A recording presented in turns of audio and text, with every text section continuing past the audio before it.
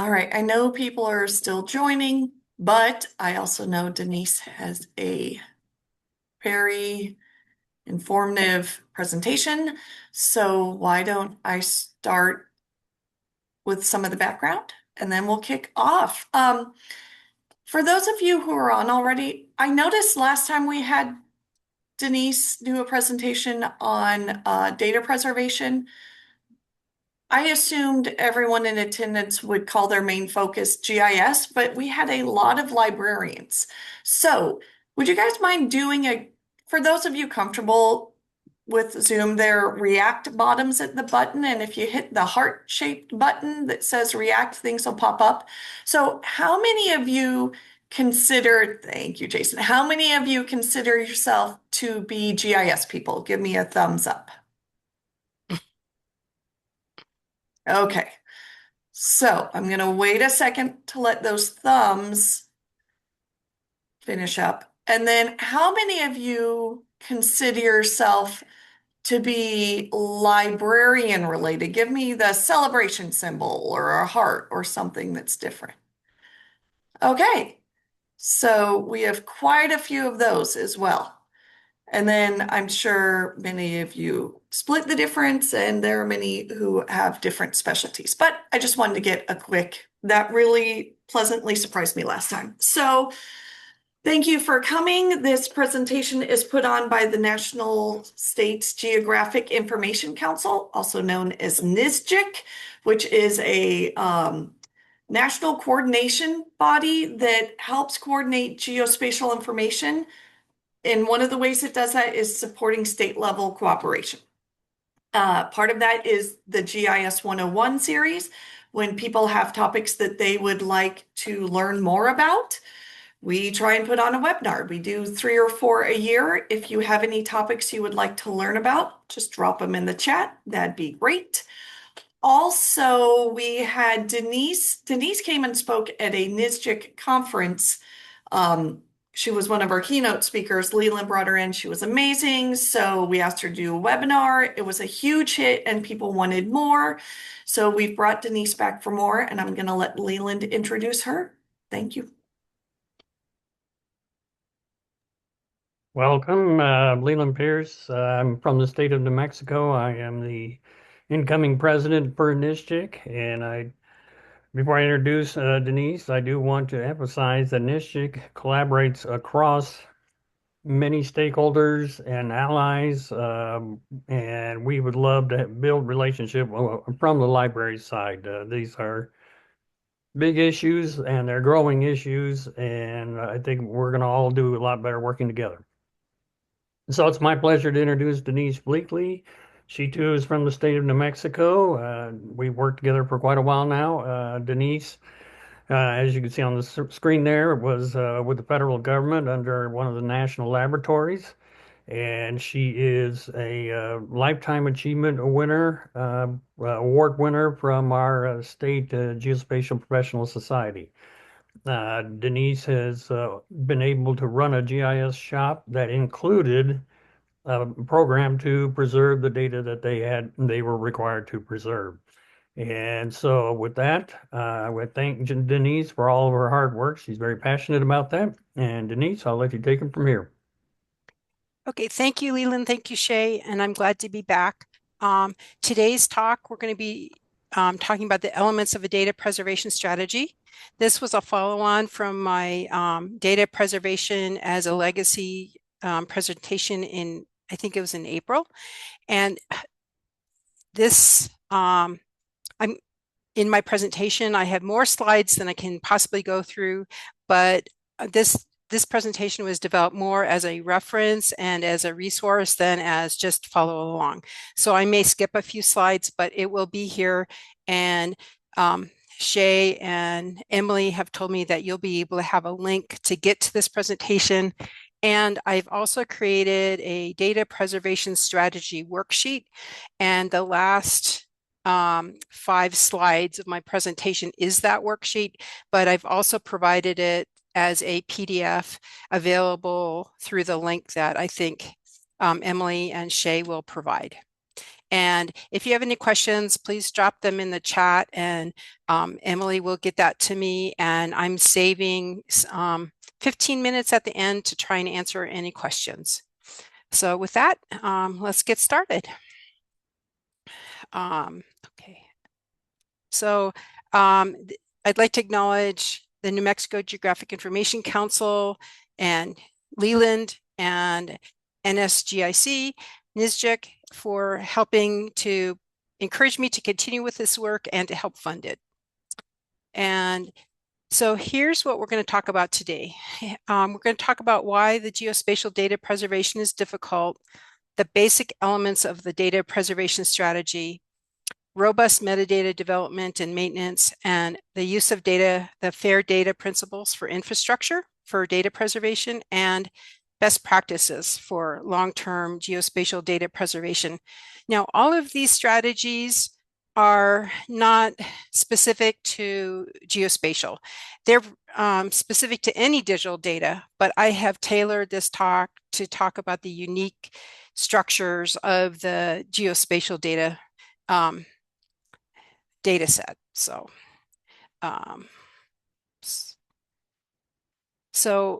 just a few slides or a couple slides on, issues of data preservation, geospatial data preservation. Like, have you lost track of where you put your files? Couldn't find a file? Couldn't retrieve the data that you swore you archived, or you found the data you archived, but it was unreadable? Have you archived data and tried to retrieve it days later, only to discover it wasn't what you thought? And these are all very simple examples of what can happen to digital data over your working career. Now, imagine what would happen if your future colleagues needed access to your data 25 years from now. I had this happen to me in my career. In the very early years of my career, I archived data following the latest, greatest archive principles. And then, about a year or two before I retired after 29 years, I had to retrieve it. And some of it was retrievable and some of it wasn't. And we didn't have the same level of metadata. We didn't have tools to open those files, and we had to do a lot of hacking around, and we finally were able to get the data files, but that was just in a career. So can you imagine what would happen if it was longer than that? So this is a very telling graphic.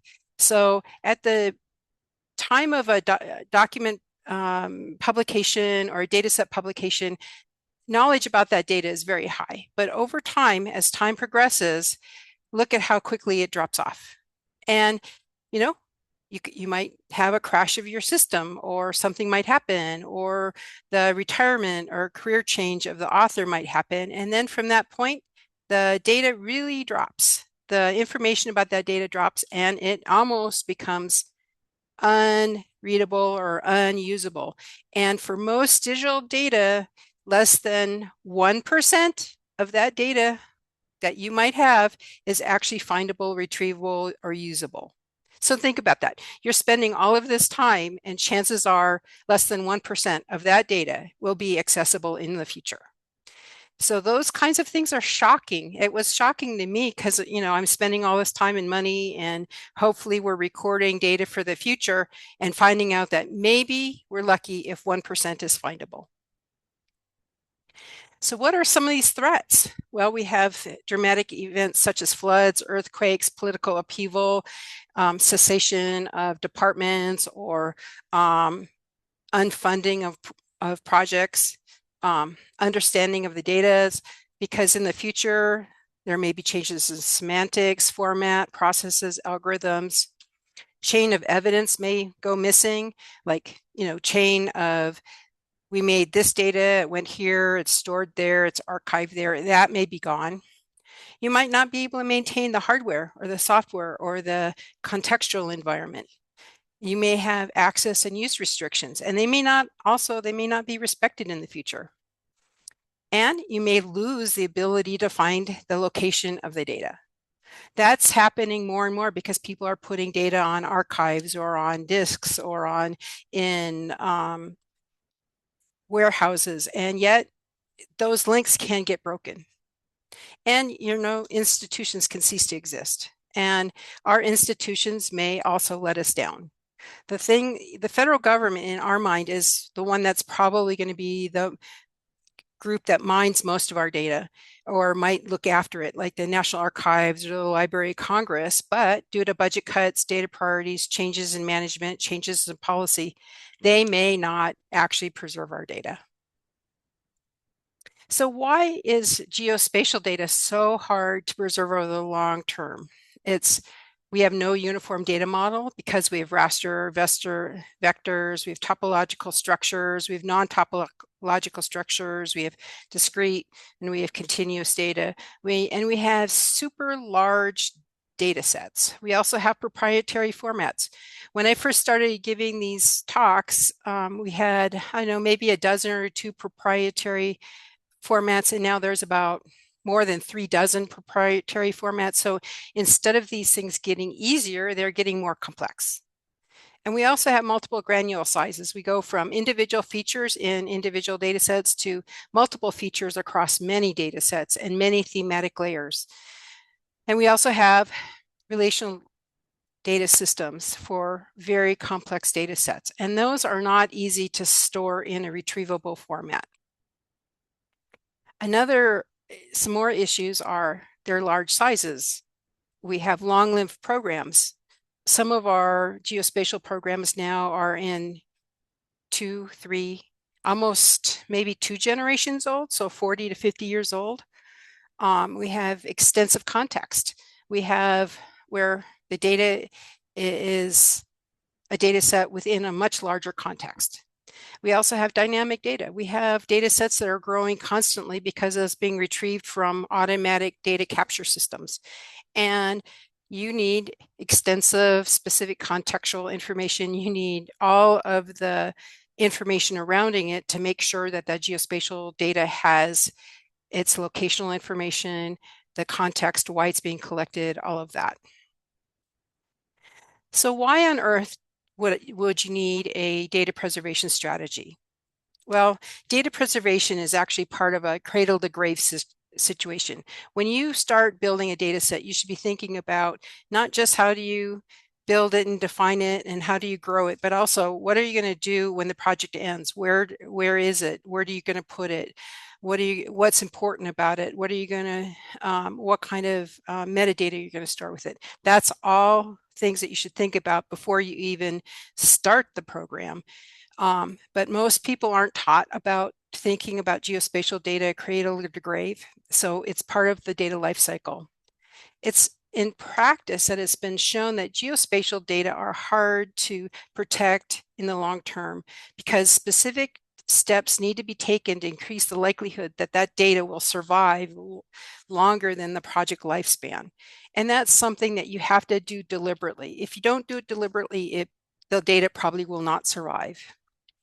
A geospatial data preservation strategy is a document that lays out the actions that will be taken that will greatly increase its chances that in the future the data will be found.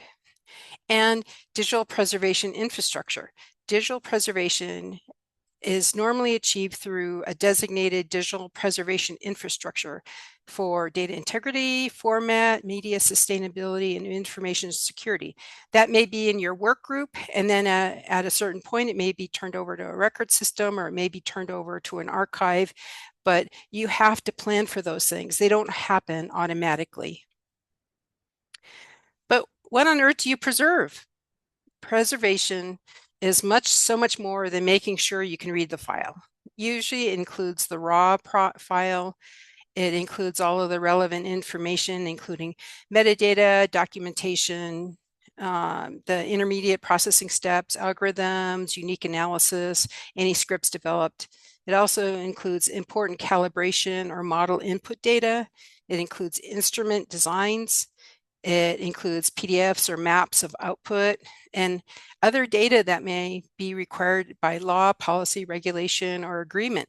So those are all parts of the preservation contextual information that need to be stored. So what are the very basic elements of the geospatial data preservation strategy? Just a note, all of this is in the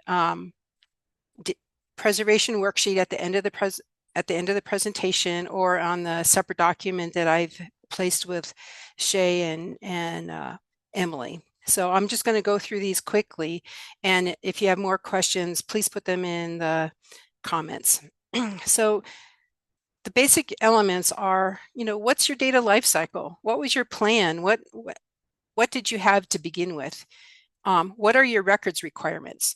What are the requirements? What does your organization require? If you have federal funding, the federal government has requirements. Do you know what they are and how you're fulfilling those requirements? What are your plans for periodic records to be created as to where the data resides, where the metadata is, where the data dictionary is, where the contextual information is stored? You got legal issues. You have to identify regulatory requirements such as permit requirements, federal government requirements, state requirements, any legal requirements. You have to identify and address any data ownership and data sharing requirements, which will allow for planning periods of 10 years, 25 years, 50 years. Another section is about documentation and metadata.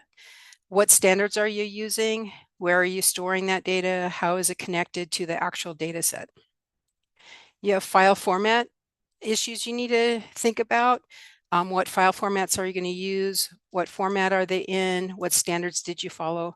And you need to identify the need for data and the conversions for future archiving, because current formats may not be the archive formats. And that's one of the things that people don't understand, is that just because you have a file like an Esri data file, that doesn't mean that that's the format that it can be stored in long term. And you have to think about that. And you have to think about the process to actually convert from, it may be this Esri file format, but you need to put it in the archive format. And you got to think about that. Data prioritization is another issue you have to address. You have to address what formats are, what documents, and how you're choosing to prioritize your data, because you can't store everything. So do you only choose the things that decisions were made out of, or that were part of a legal discussion? You have to document how you prioritize your data. Another thing to document is storage and geographic location. You have document storage systems, you have locations, you have multiple copies of data, and you have metadata, and you need all of these things. And ideally you'd have them in multiple places, because one storage spot might actually die, or might be corrupted, or whatever. So actually, to check that your data is going to be preserved, you need to have it in possibly multiple locations. You have to also think about data integrity. So in your data preservation strategy, you describe the procedures to prevent, detect, and recover from any deliberate or mistaken changes to the data. You have to describe procedures to check the fixity upon ingest of the data, and make sure that the data that's in the system is exactly what you ingested. You have to address identification information security. So you describe the procedures to prevent human-caused corruption or deletion or unauthorized access to the data or metadata. Then you need to also identify financial. So you have to identify and describe costs for data preservation that is part of your data lifecycle. And you also have to plan for periodic data refreshing and associated costs. And that's about every 5 to 10 years. Now, most programs don't have the money for the future. So what you need to do is you need to identify that as a need, and then identify the likely host, or the likely group or persons that are responsible for that data, so that they know that they are incurring a cost for the future. So all I can say is, wow, this strategy is overwhelming. And how can we possibly do this? Well, all of the elements of a structured data preservation strategy can be overwhelming, but there are a few techniques and tools that you can implement on a daily basis that will increase the likelihood that your data will be preserved over the long haul. The number one thing, and I cannot emphasize this enough, is create and develop robust metadata, and maintain that metadata. That's the number one thing. If you do not have good quality metadata, your data will never be found. It will never be used because that's the foundation for all of the machine systems that will store or locate or retrieve your data. Second is if you follow the FAIR data principles. And new research has shown that if you try and follow the FAIR data principles, that puts in place the infrastructure that will increase the likelihood that your data is preserved. And that's a relatively new finding, and that was pretty exciting to find out. And then the third thing is if you follow the best geospatial data practices, that increases the likelihood that your data is going to be preserved into the future. So the next section, we're going to go over what the FAIR, well, we're going to talk a little bit about metadata, and then we'll follow into the FAIR data principles. And I'm not going to go into the depths of metadata because we all are very aware of metadata, but what has been discovered is that geospatial metadata is key to the long-term geospatial data preservation. And unfortunately, metadata ends up being a punishment for most people, like, oh God, I have to do metadata. And it's usually the last thing people do. But I'm going to argue that if you as a team start working on metadata at the beginning, as soon as you start it, then it's not going to be such a burden, and it's going to actually be more likely that it's done, and also more likely that it's going to help your data be preserved. And if you work on metadata as a team and try and solve the issue of why are we having such a problem with metadata creation or maintenance as a team and find solutions for that, the likelihood your data is going to be preserved is much, much higher. So in the US, the USGS has a lot of really good resources for metadata creation and preservation. And I've provided some links to the current USGS metadata websites. So there are some standards. All federal agencies or agencies that are getting federal dollars are required to follow the content standards. But what's interesting is that even the USGS is changing to using the ISO standards. And the ISO standards are easier to use digitally and are easier to follow. And so here's some links to the ISO standards. And if you haven't adopted a standard and you're still going, oh, I can't deal with the FGDC standard, think about moving to the ISO standards, because those will be the standards into the future. They're much easier to use in a digital environment. And I've provided on this slide 18 the most recent link to the current content standards, especially for the ISO standards from the FGDC website. So now onto the FAIR data practices as a data preservation tool.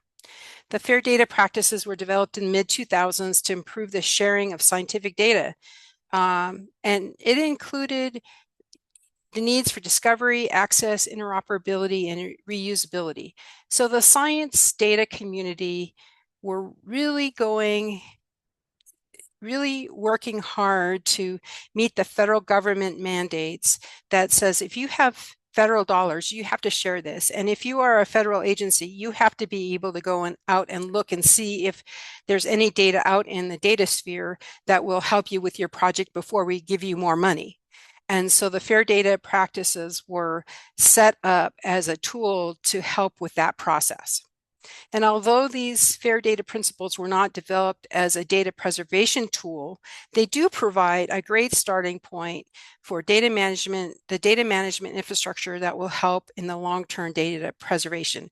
And over the next few slides, I'll explain why. And I provide the link to the original FAIR data standards articles down below. The FAIR data principles are as follows. F stands for findable. Can you discover the data, and can you know where to find it? 2, is it accessible? Can the data be accessed? accessed? Can it be retrieved? Can it be used? Can you actually go to a link and actually find the data? Is it interoperable? Which means, does the data contain information that you can use to determine whether you can use it in your environment? And then R stands for reusable. Can that data be reusable?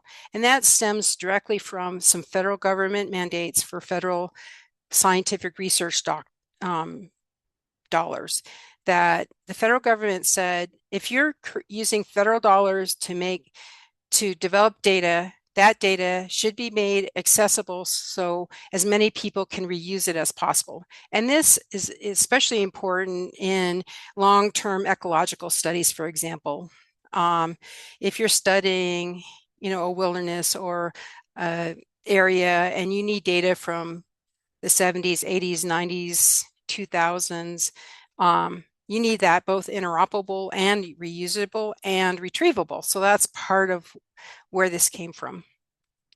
So the guiding principles are as follows. To be findable, the data are assigned a unique and persistent identifier. Data are described with rich metadata. Metadata are clearly and explicitly includes identifier, and it's registered or indexed in a stable resource. So those are the 4 elements of making data findable. Then to be accessible, the data and the metadata are retrievable by their identifier number, and it's using a standardized communication protocol. That has changed a lot, and movement towards standard identifiers is out there, and you have to generally apply for identifier for a data set, but this is just part of the process. The protocol for accessibility is open, free, and universally implementable. So meaning that whatever protocol you're using, everyone has access to it. And the protocol allows for authentication, authorization, and authorization when necessary. So you can actually put use constraints on the data, but there is a procedure for authorization. And the metadata is accessible even when the data is no longer available. So the key again is metadata. Your metadata will sit out there and allow systems to index against it to be able to say whether the data is there, where to find it, how to get it, and if it's available or not. To be interoperable, 3 conditions should be met: that you use a formal, accessible, and shared language for knowledge representation. The data and metadata use vocabularies that follow these principles, and the data and metadata include qualified references to the actual data and metadata. And I know that sounds circular, but that gets back to formats and standards and whether you're using a common set of standards and procedures, ones that are commonly used. None of these, individual ones that are more broadly used. And can the data be reusable? Metadata need to be richly described with plural and accurate relevant attributes. Like the current ISO standards probably have well over 100 items in there, and a lot of people only fill out maybe 50% of them. And I totally understand why people do that, but the more rich you can fill it out and the more complete you can fill it out, the easier it is to find out whether that data set is useful for another purpose. And is the data and metadata released with clear and data usage licenses and clear understanding of what any restrictions for that data might be? Is the data and metadata associated with have detailed provenance and detailed use restrictions? And does the metadata meet domain relevant community standards? Again, it gets back to standards. Are you following a common set of standards?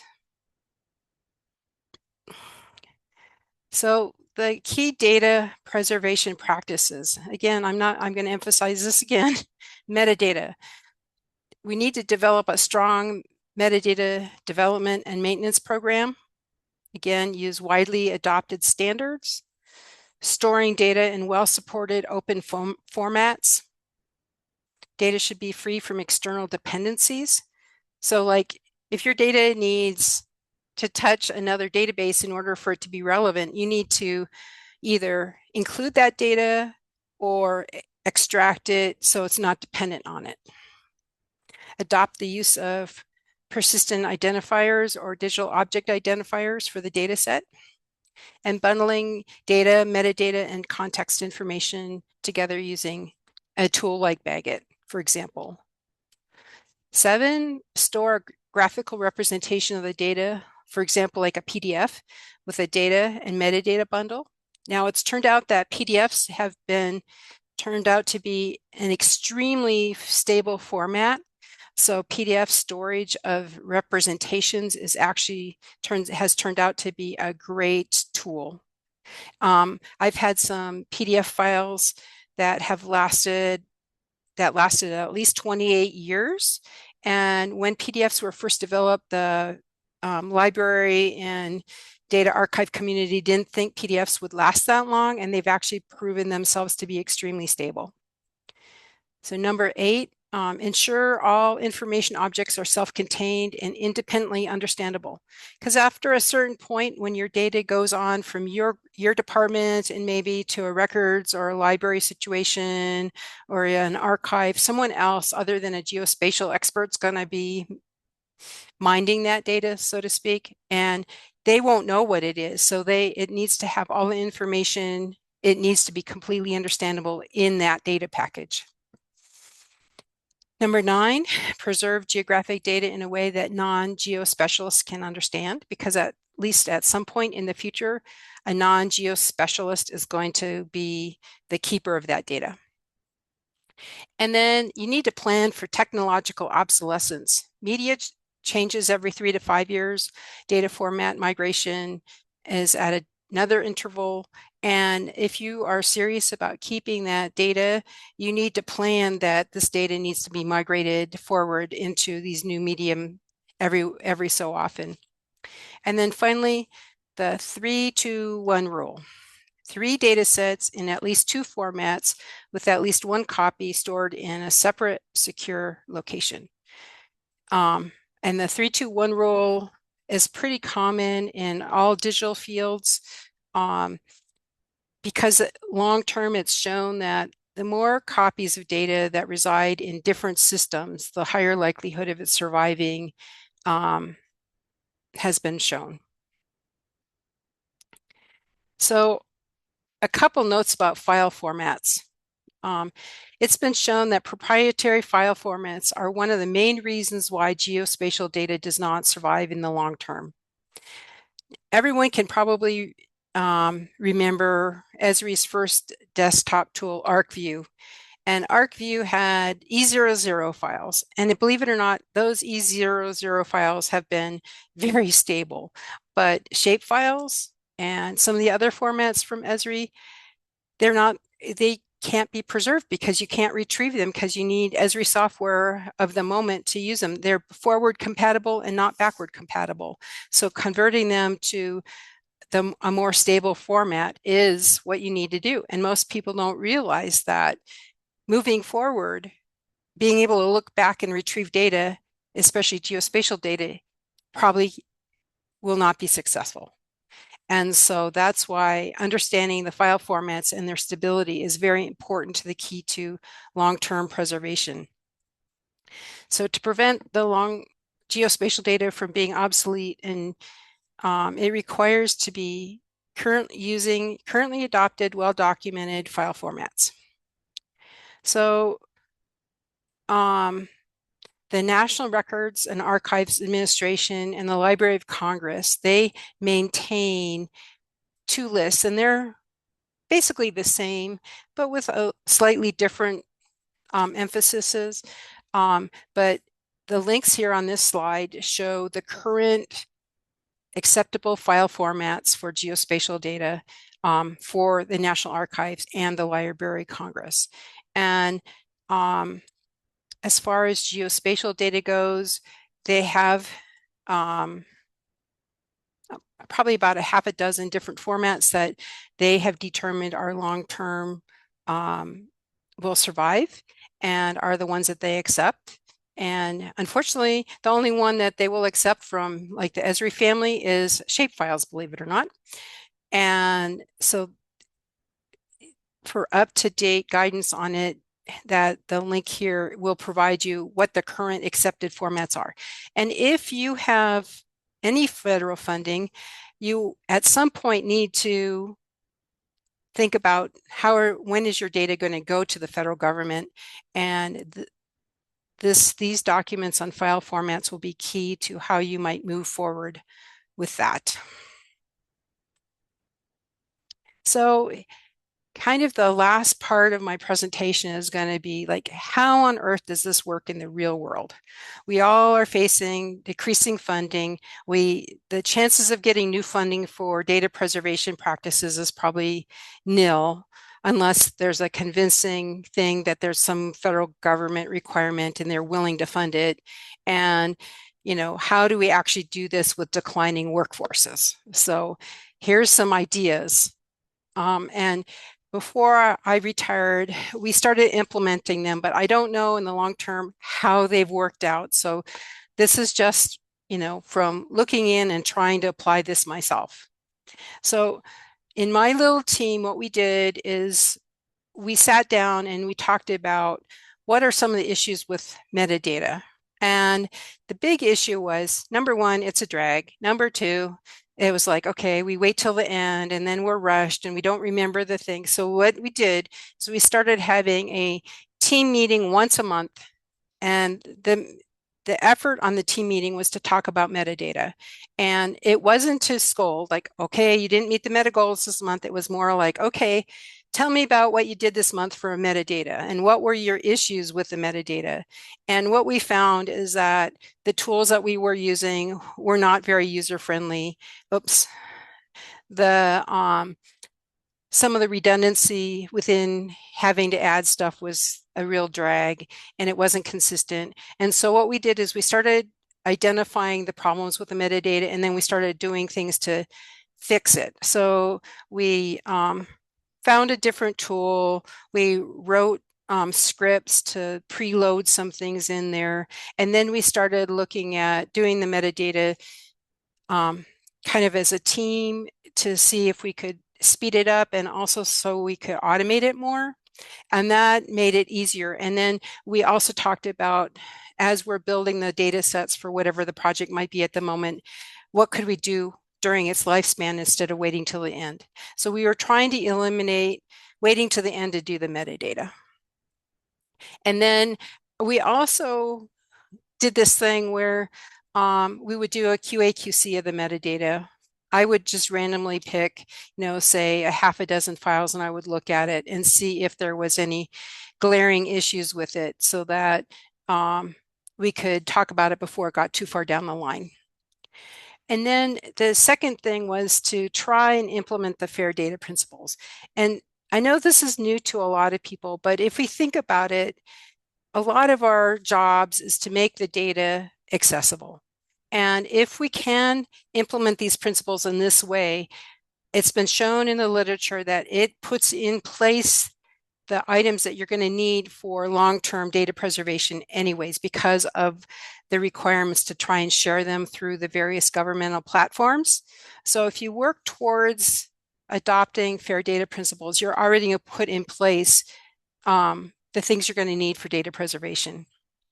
And then review your data management plan and your strategies, because this should be cradle to grave thinking about it. And if you don't have data preservation as part of your data management plan, go ahead and try and add a few things. And you can use the digital preservation worksheet idea as a way to at least think about it. It's not meant, the data preservation plan, strategy plan is not meant to be the end all, 50 million page document. It's meant to be, have you thought about these issues, and have you thought about how you might implement them? So a lot of it is more of a thought exercise than something that you have to write and implement. It's more about, have you and your team actually thought about what's going to happen?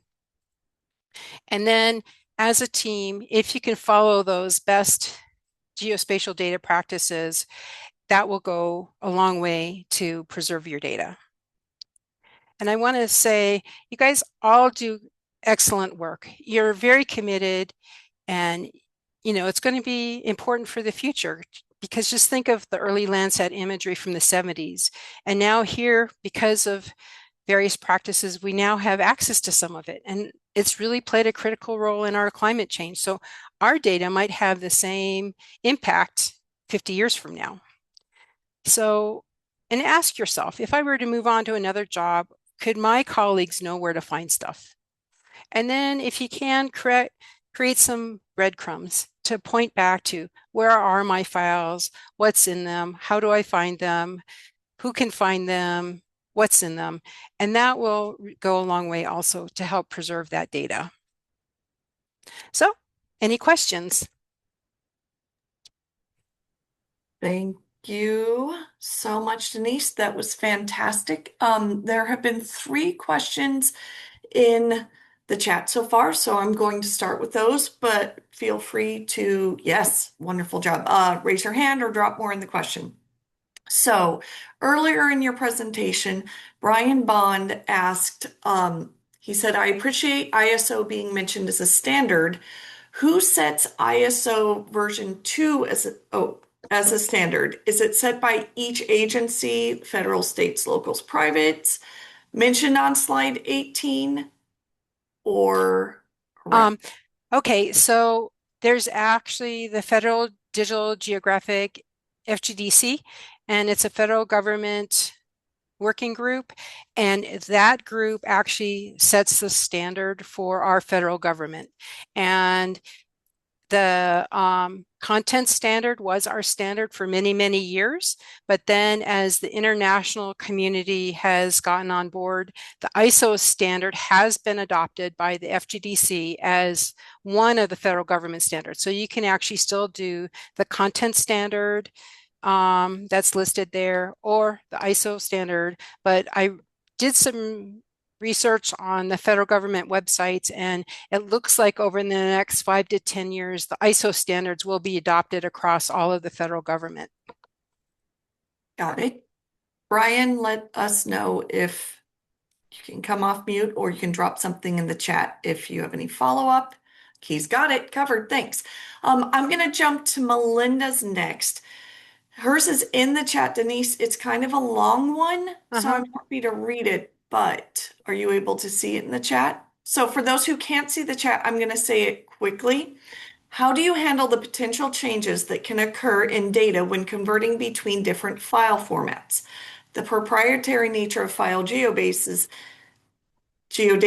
is not optimal for long-term archiving, but the format has a lot of specialized features that can be lost when transforming. So how do you balance the potential data loss from the inaccessible file formats and potential data loss from the file format conversion? Excellent question, Melinda. Okay. Yes, that is an excellent conversion. That is a very excellent question, and a good point.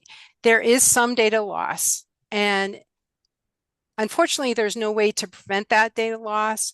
But the big thing is to document what you find because unfortunately, the formats that the federal government now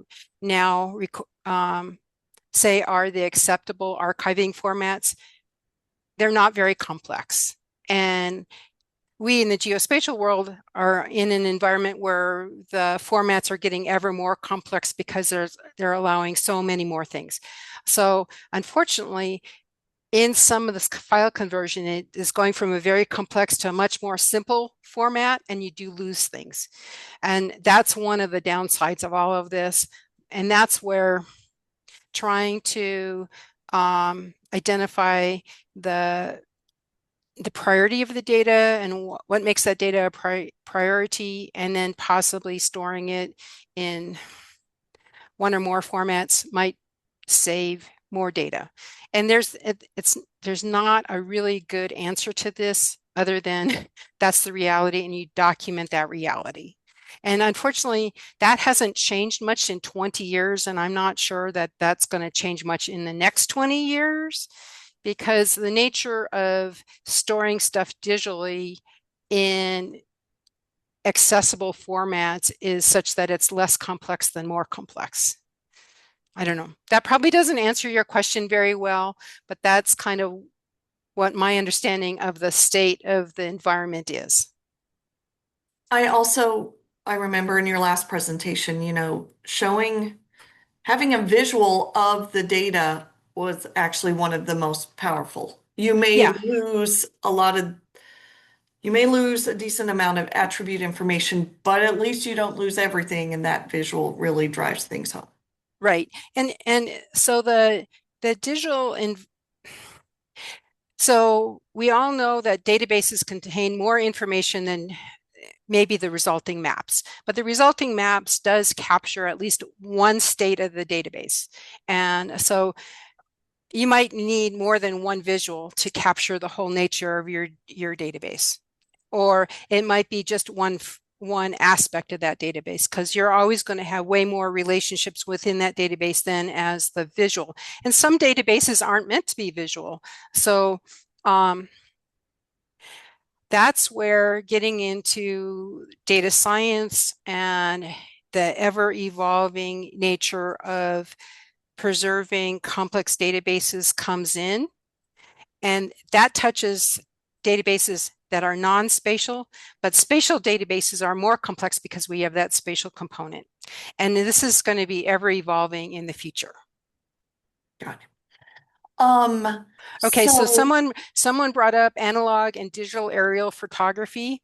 So yeah, the ASPRS has a special working group on that, and I worked with them this year during the summer.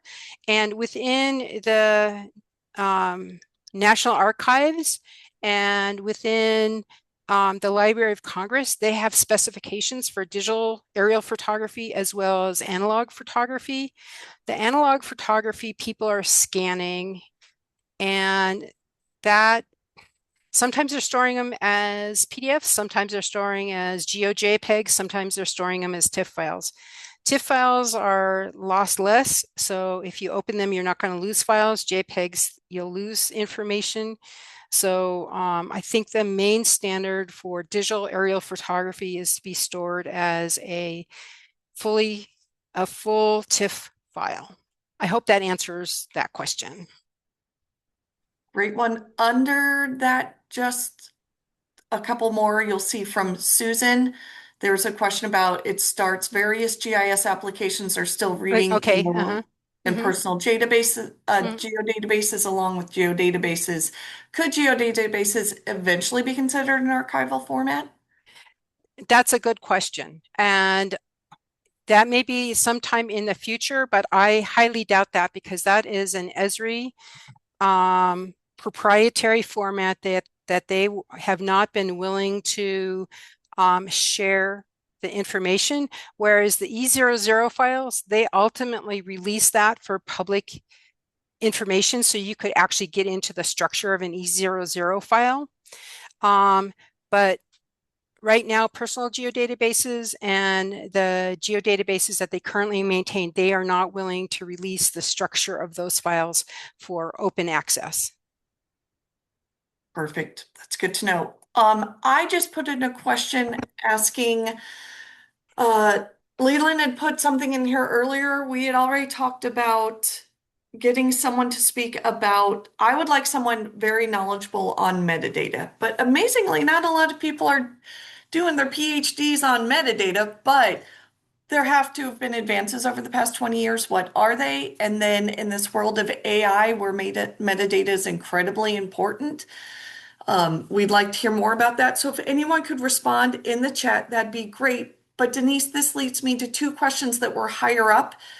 For everyone listening, it'd be great to have you respond in the chat. But Denise, from your personal opinion, Amber Batts asked if anyone has had success with the USGS metadata wizard.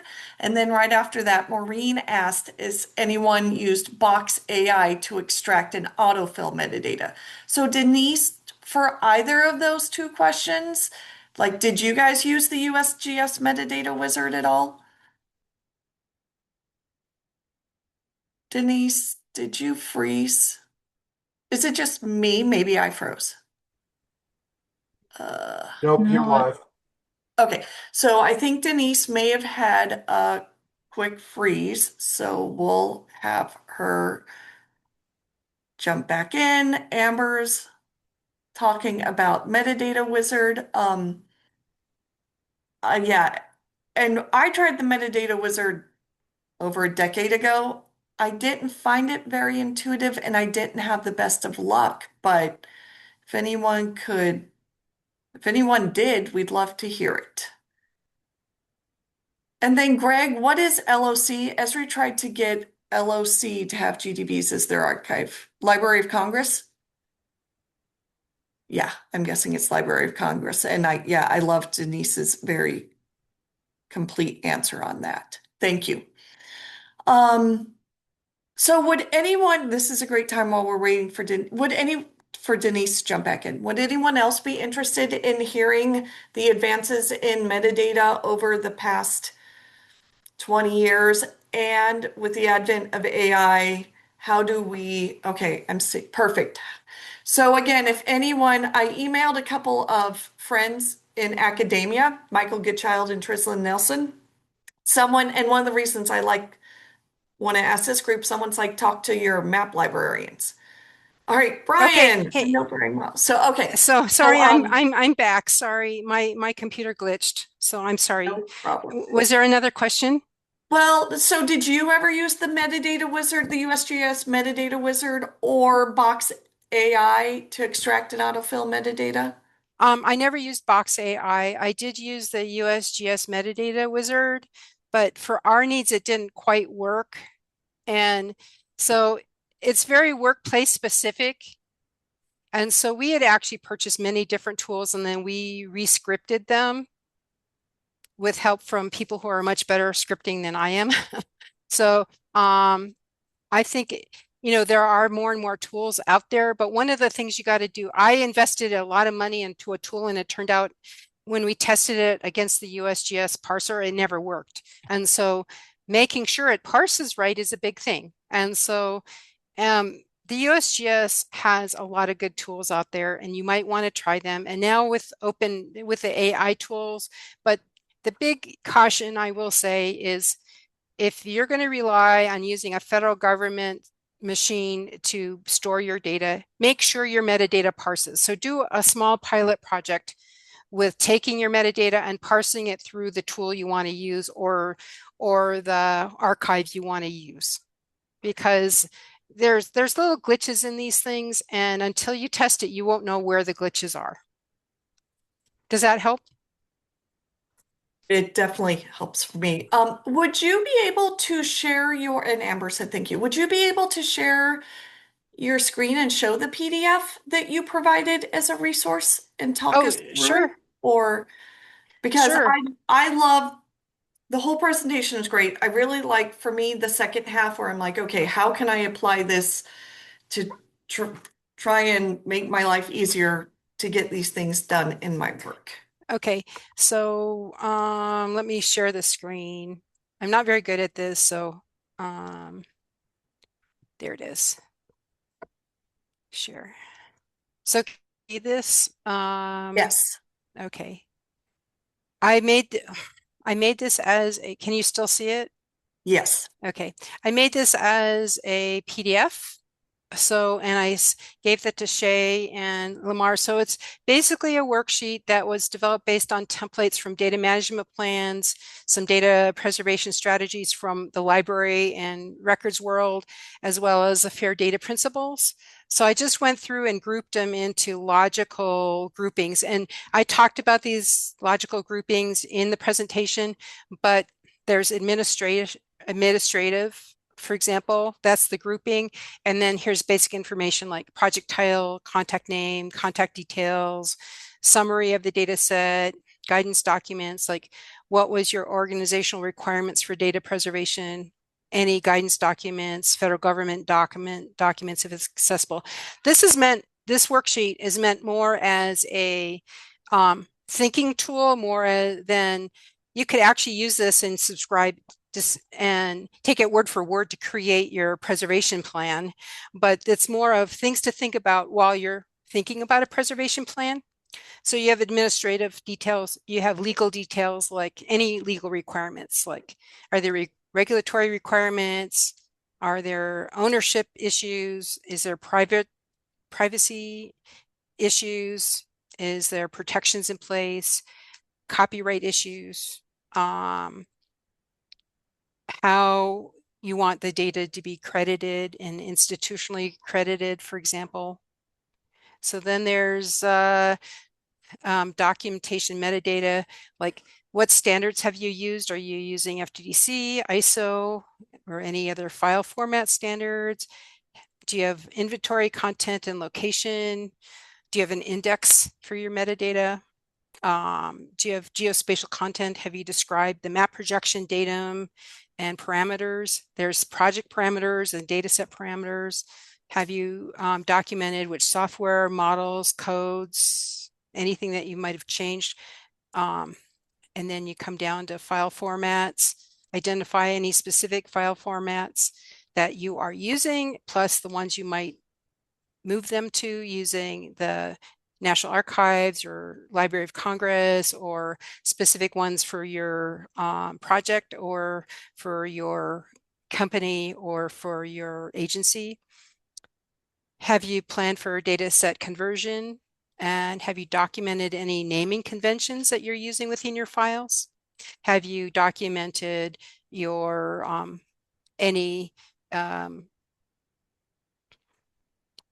any abbreviations that you might use in your files? That all is part of metadata, but this is something that you might need to consider within your file formats. And then data So prior. Denise, I'm going to jump in because I Uh-huh. asked you to share a very complex item with 3 minutes Yeah. left. My bad.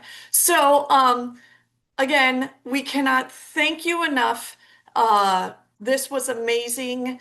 And thank you all for attending. If you have any, again, metadata experts, drop it in the chat before you go.